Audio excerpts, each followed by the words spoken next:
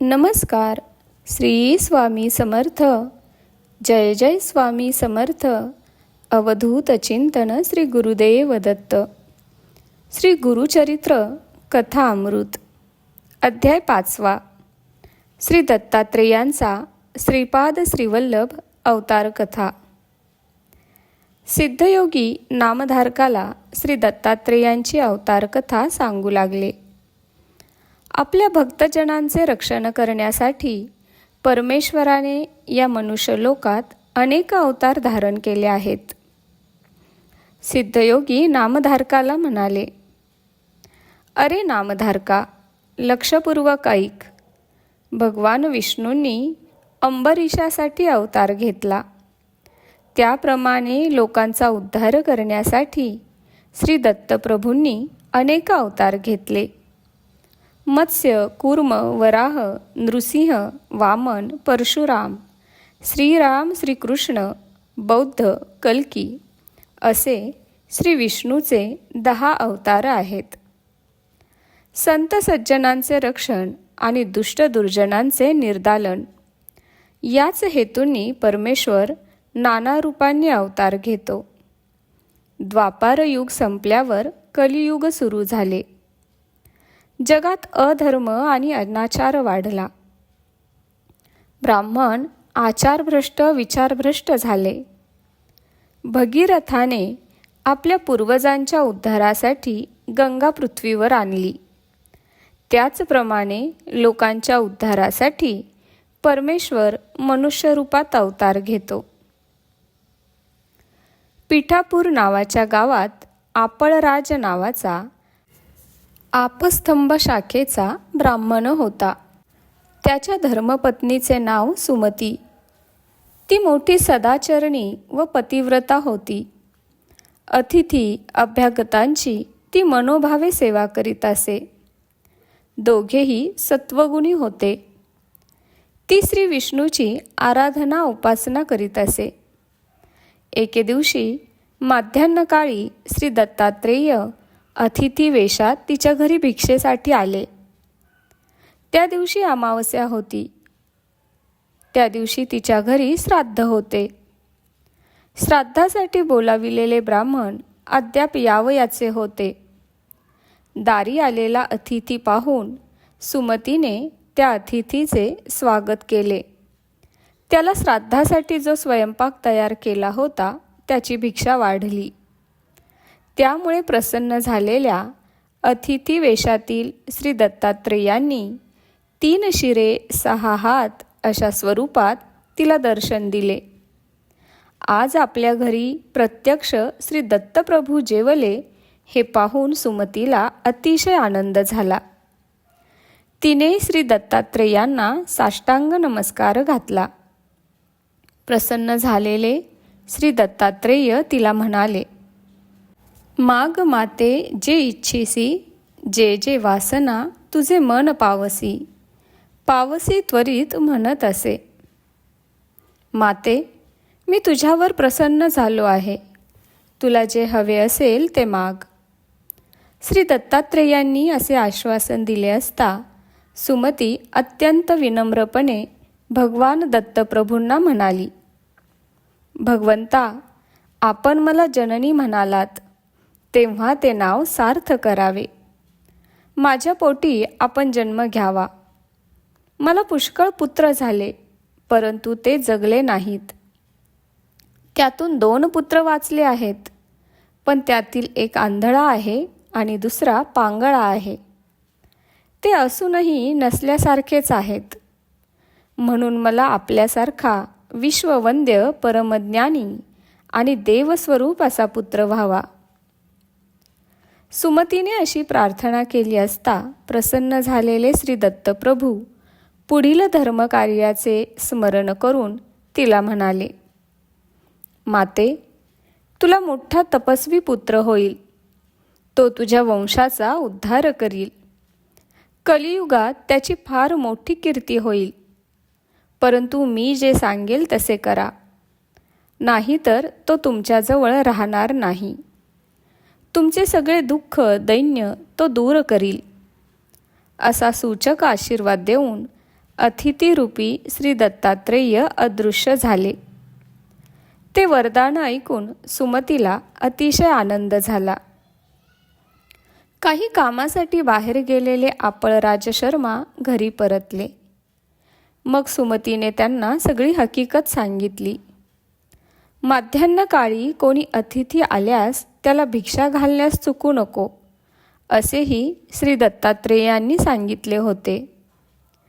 त्याचप्रमाणे माहूर, करवीर, पांचाळेश्वर या ठिकाणी श्री दत्तात्रेयांचा निवास असतो आणि जे कोणी भिक्षा मागावयास येईल त्याला श्री दत्तप्रभू मानून भिक्षा घालावी, असेही त्यांनी सांगितले होते.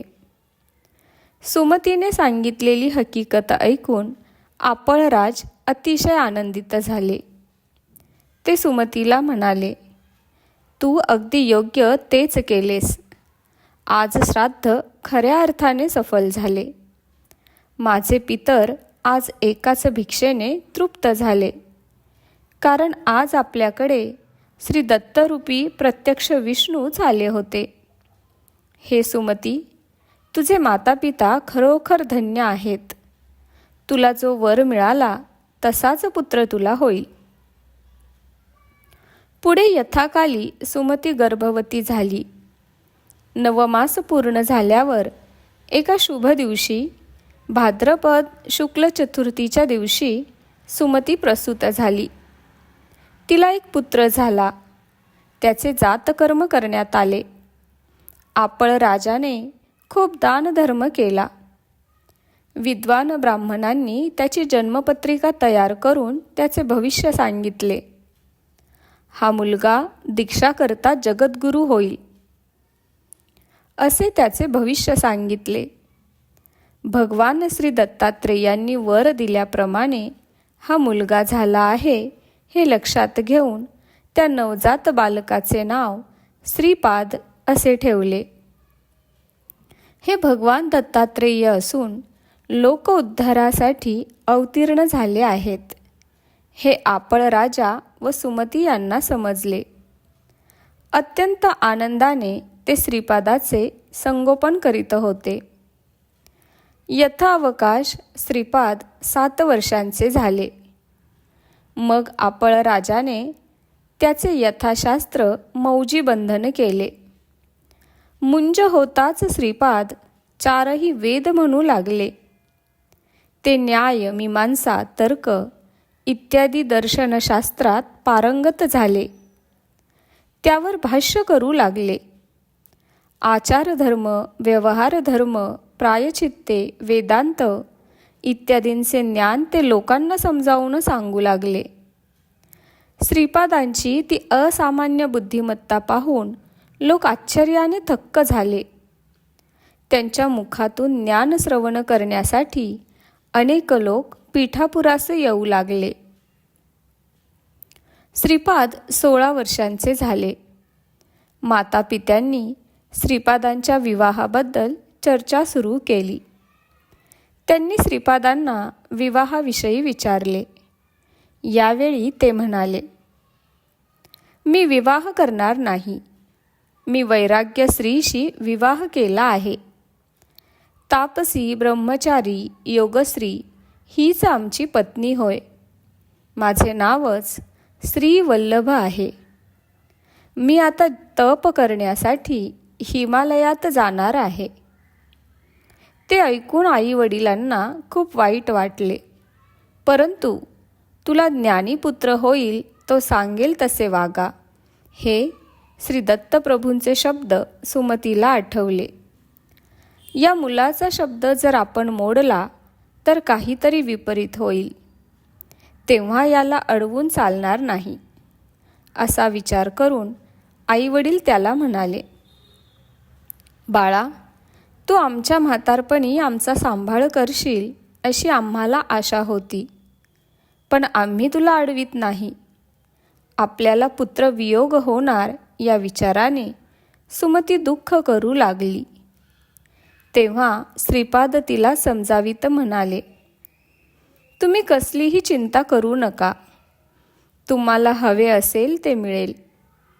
मग त्यांनी आपल्या आंधळ्या व पांगळ्या बंधूंकडे अमृतदृष्टीने पाहिले आणि त्याच क्षणी परिसस्पर्शाने लोखंडाचे सोने होते त्याप्रमाणे त्या दोघा भावांना दिव्य देह प्राप्ती झाली.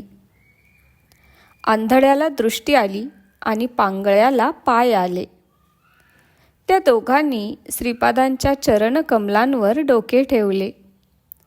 आम्ही आज कृतार्थ झालो, धन्य झालो, असे ते म्हणाले. श्रीपादांनी त्यांच्या मस्तकावर वरदहस्त ठेवून आशीर्वाद दिला. तुम्हाला पुत्रपौत्रांसह सर्व प्रकारची सुखसमृद्धी प्राप्त होईल. तुम्हाला दीर्घ आयुष्य प्राप्त होईल. तुम्ही चिरकाल सुखाने नांदाल. तुम्ही आईवडिलांची सेवा करा. तुम्ही परमज्ञानी व्हाल आणि शेवटी मोक्ष प्राप्त होईल, असे श्रीपाद आईवडिलांना म्हणाले. या दोन्ही मुलांच्या सहवासात राहून तुम्ही शतायुषी व्हाल. आता मला परवानगी द्या. मी उत्तर दिशेला जात आहे. अनेक साधुजनांना मी दीक्षा देणार आहे. मग सर्वजण श्रीपादांच्या पाया पडले. श्रीपाद श्रीवल्लभ घरातून बाहेर पडले आणि एकाएकी गुप्त झाले. ते गुप्तपणे काशी क्षेत्री गेले. तेथे बद्रिकाश्रमात गेले.